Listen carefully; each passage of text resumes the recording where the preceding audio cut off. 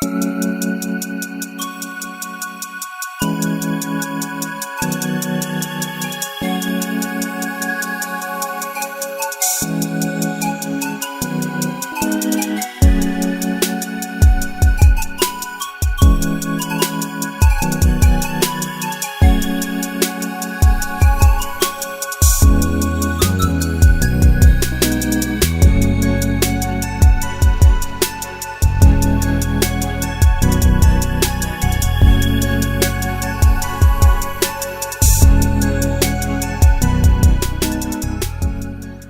read something somewhere that in everything there is a story. The sun rising up every day is a story. And if you change the story, you can change how it ends. The story of our environment in Zambia is one we have an opportunity to change, and that is the story we are here to explore. Welcome to Our Environment, Our Future, a program that seeks to highlight environmental issues of concern and strides being made towards achieving a greener and healthier environment in Zambia. This is the first episode in a series of 13. I invite you to join us every week on this channel at this time and journey with us. My name is Ruth Benzuitola. To start with, let's find out what the public know about the environment. Environment kulingana ngefuna ishba environment fintu ifya tuchinguluka. Anything around us, that's an environment. Environment is a place where we live. Yeah. Well, for a common person, to be our surroundings, where we stay, the place we stay in, what we need, what to make use of, just in general, our surroundings in particular, yeah. Just something that we make use of. You know, our home, that's our environment. Our family is our environment. First of all, it encompasses living and non-living things. When we talk about living things, these are like human beings, animals, birds, and so on and so forth. When we talk about non-living things, these are like stones, sandy, trees, in fact water, even water, you can put it on that non-living things. Yeah, those are things that constitute environment. The environment is everything around us to do with wildlife, the trees, basically things that surround you to make your life enjoyable and easy to live.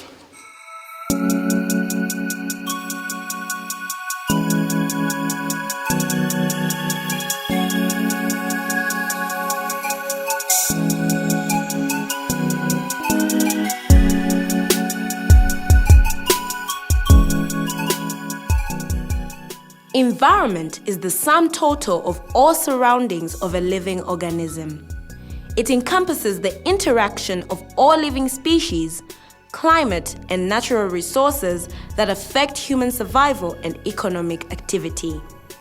It encompasses the air we breathe, the water we drink, the food we eat, and the land where we live. The environment is a combination of natural and human phenomena.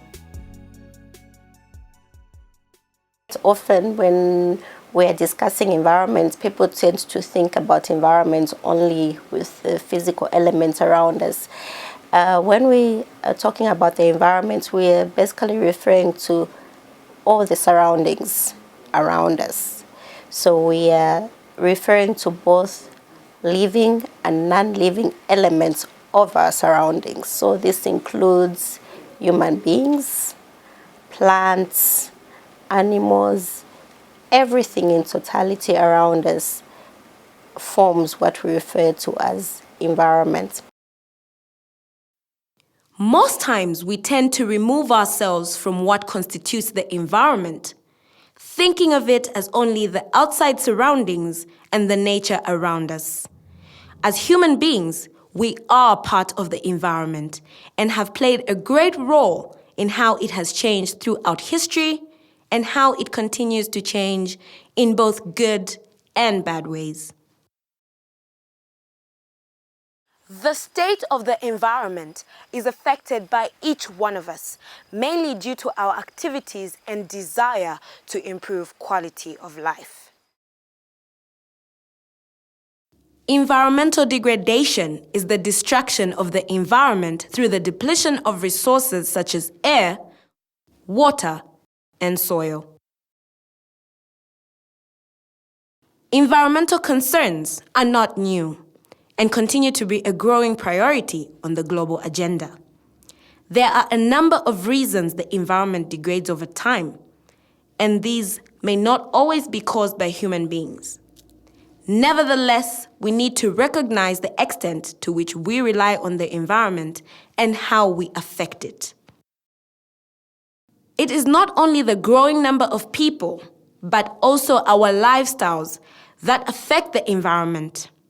More people demand more resources and consequently generate more waste and pollution. Zambia has a number of emerging and long-standing environmental issues. Among the many challenges, one which seems to be an ongoing one is our behavior, social behaviors, the way we care for the environment in terms of littering things, in terms of cultivation, in terms of punitive cutting of trees. And this is all human undertaking. That is rather a great challenge in the way we have got to look after the environment.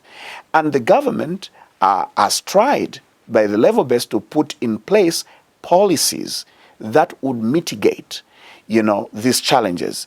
But as long as our behaviors do not change from individual level, community level, and then national level, then the challenges will remain. But we need to focus even more on the way we begin to handle environmental issues from little ways.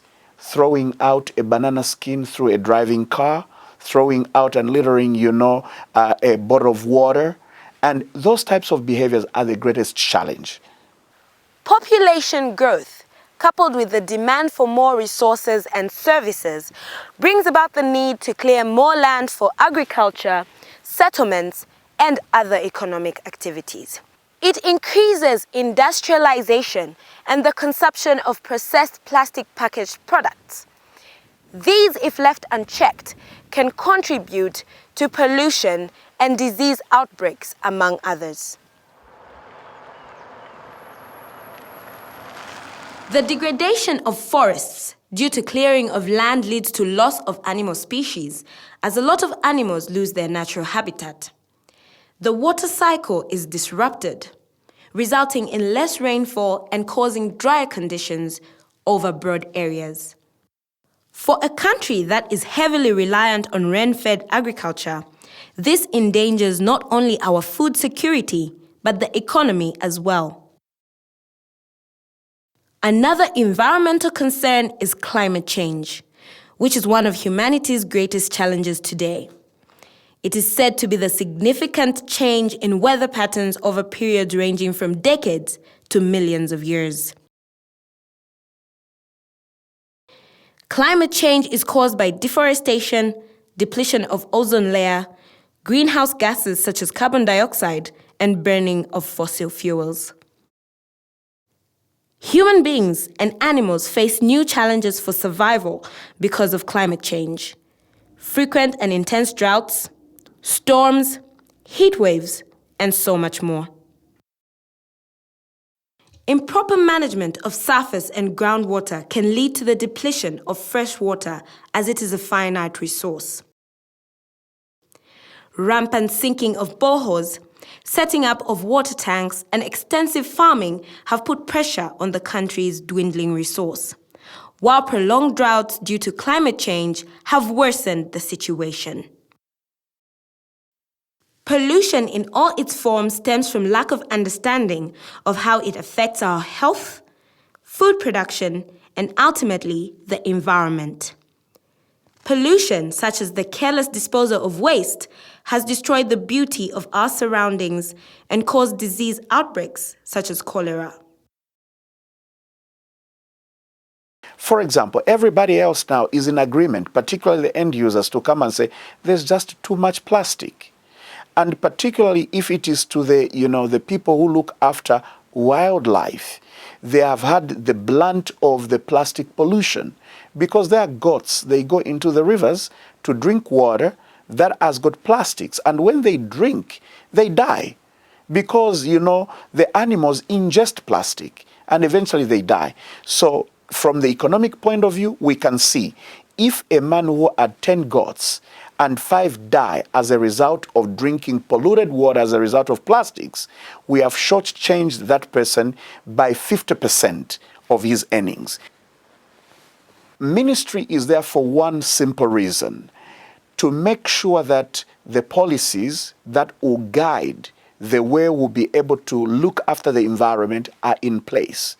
But these, policies can never be actualized in the way it should unless we have in place a vehicle that will drive these policies.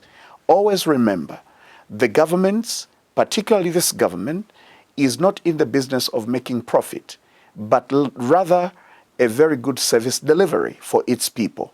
So to make sure that the government's policies are adhered to, we put in place a regulator.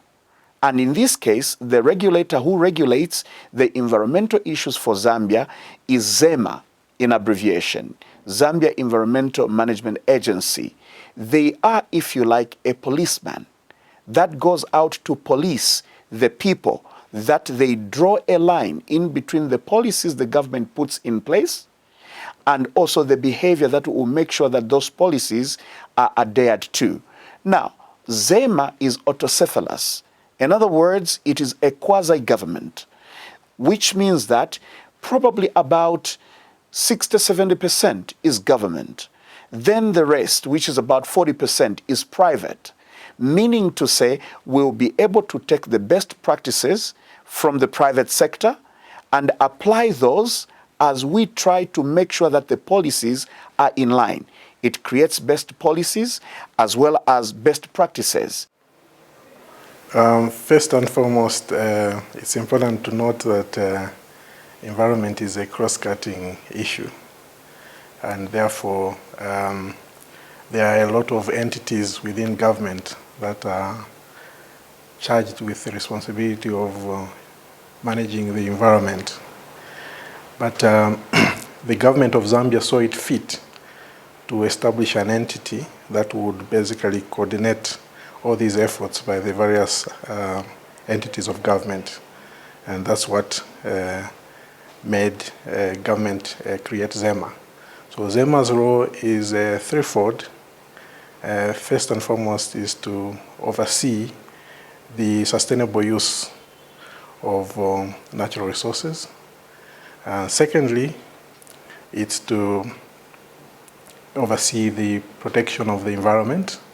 And thirdly, is to oversee the prevention and control of pollution. So to sum it up, the role of ZEMA is to enforce, in other words, regulate the aspects of the environment, as well as to coordinate, as well as advise government on issues of the environment.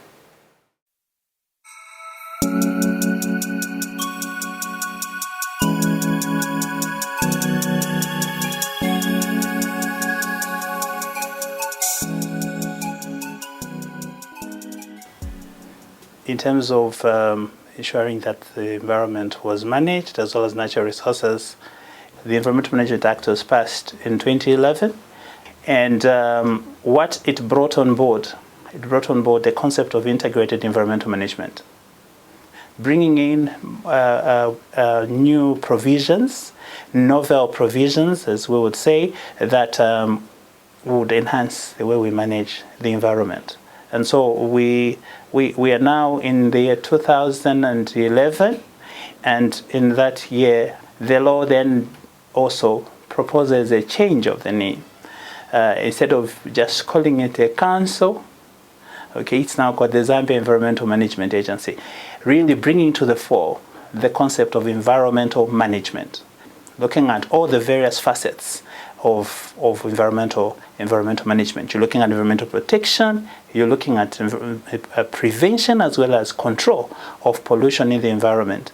In the Environmental Management Act, there is a requirement to ensure that you also have all government agencies putting together what are called environmental management strategies. So each minister or each ministry is required under the Environmental Management Act to put together an environmental management strategy.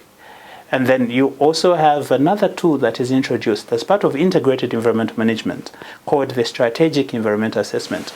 So the Strategic Environmental Assessment is basically looking at assessing the impacts of a policy so that you get to know what the impacts are of that policy. And then when you have gathered that information at the strategic level, when you come to do project implementation or project assessment, which is the EIA, you more or less have most of the information and you have an idea. In fact, the strategic environmental assessment may also tell you to say certain areas are no-go areas. Remember, I talked about preservation.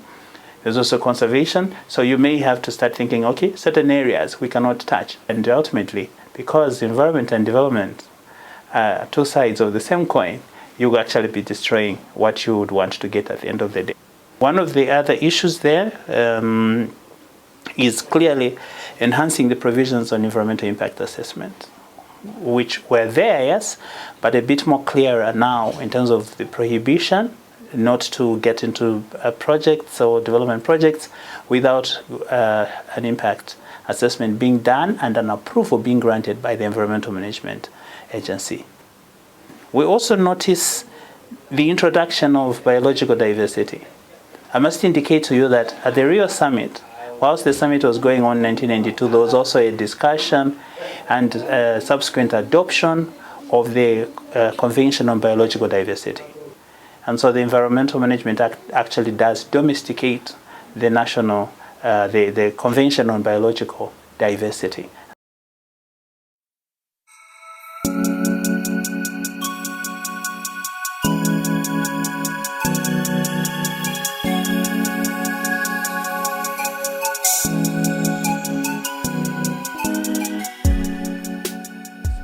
There is provision in the Environmental Management Act now that covers sources, mobile sources, like vehicles, pollution from vehicles, pollution from aircraft or aeroplanes. When you look at the various functions of ZEMA, one of the functions that is highlighted is climate change. And that has helped ZEMA to even look at, in terms of institutional arrangements, we also have a unit here that would deal with, the department actually that would deal with issues to do with climate change. Another very interesting and very important, which is for yourselves, is the right to access to information. Okay, access to information is actually declared a right. Information must be made available to the public. There's also public participation. It's a right for the public to participate in decision making or in decisions that affect them.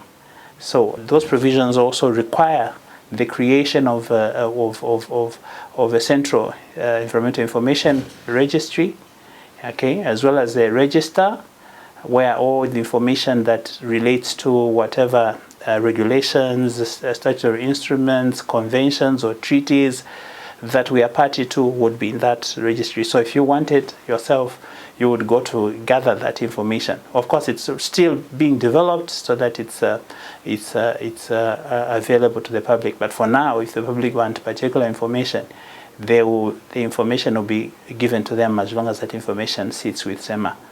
I must first of all indicate that there are offenses that are created. So if one contravenes the act, then they can suffer the penalties that are prescribed. Okay, there are offenses for not going through the environmental impact assessment, as an example. There are offenses for importing or exporting hazardous waste. There are offenses for importing or dealing in or handling pesticides and toxic substances without authority. The Environmental Management Act has provided what you would call civil sanctions that are followed by criminal sanctions. Okay, they are orders, enforcement orders that the inspectors as well as the director general as well as the inspectors would actually serve on a non-compliant person. There is what is called a compliance order. To answer your question directly, a compliance order, if one does not comply with the requirements of a license, because you will get to be licensed, and when you get to be licensed, you are required to comply with the conditions of the license. So if you don't comply, you will be served with a compliance order. If you don't comply with the compliance order, then you will be fined and you can be prosecuted.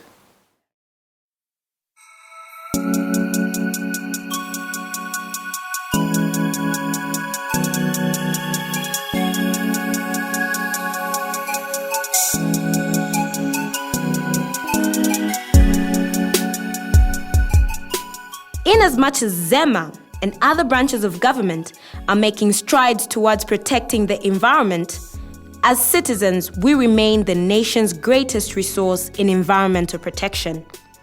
Each one of us has a stake in its beauty, health, and sustenance. We can influence the process of environmental enforcement through daily observations, which give us information about environmental conditions that ZEMA and other government entities cannot easily obtain.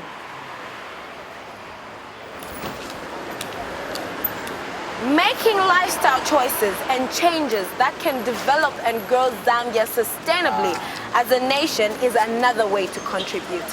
It is easy to believe that one person's efforts don't matter, but they do.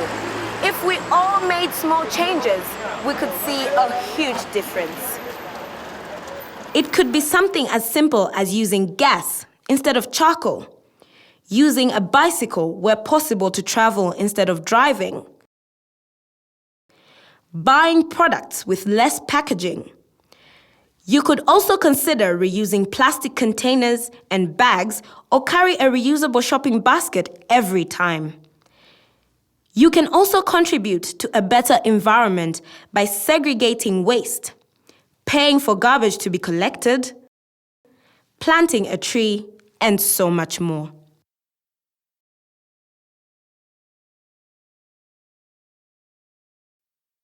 I will take you on a journey to look at the various environmental issues our country is facing and the efforts being made to mitigate these issues. As Zambians, we can be part of these efforts. It is possible to achieve a greener and healthier Zambia. The story of our environment does not end with the setting of the sun on this episode. Make sure to join us in the next, as this is only the first of exciting programs to come. Information might not be the only step towards achieving a greener and healthier environment in Zambia, but it is definitely one of the most important. You have been watching Our Environment, Our Future. My name is Ruth Benzu-Witola, and until next time, it's bye-bye.